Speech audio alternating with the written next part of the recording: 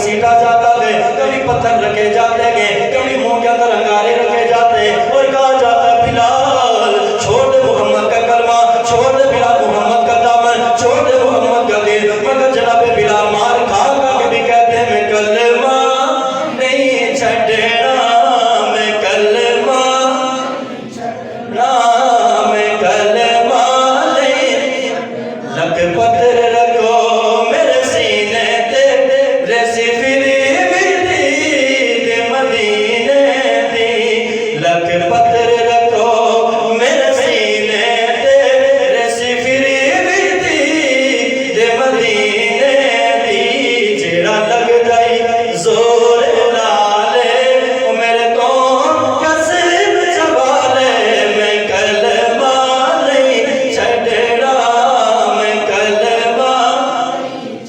میرے آقا حضور سرکار مدینہ صلی اللہ علیہ وسلم کے پیارے صحابی جناب غسان بن ثابت فرماتا میں رہتا مدینے کے اندر تھا، لیکن ایک بار مکے کے اندر گیا ہوں، میں نے کیا دیکھا کھجور کی رسی ہے، ایک غلام کو باندھا ہوا ہے، لوگ اسے مکے کی گلیوں کے اندر گھسیٹے جا رہے ہیں۔ میں نے پوچھا اوے لوگو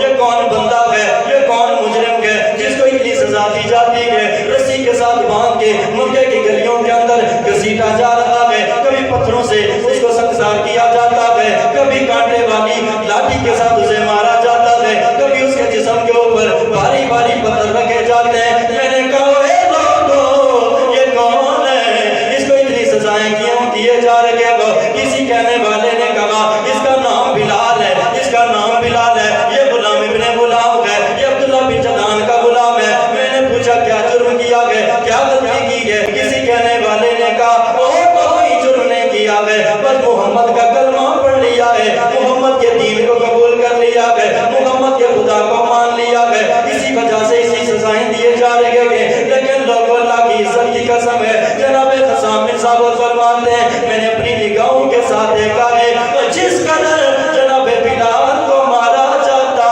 اور جتنا بلال کو مارا جاتا اتنی ہی جناب بلال کی زبان پہ احد احد کی صدا تیز ہوتی جاتی، جتنا بلال جناب بلال کو مارا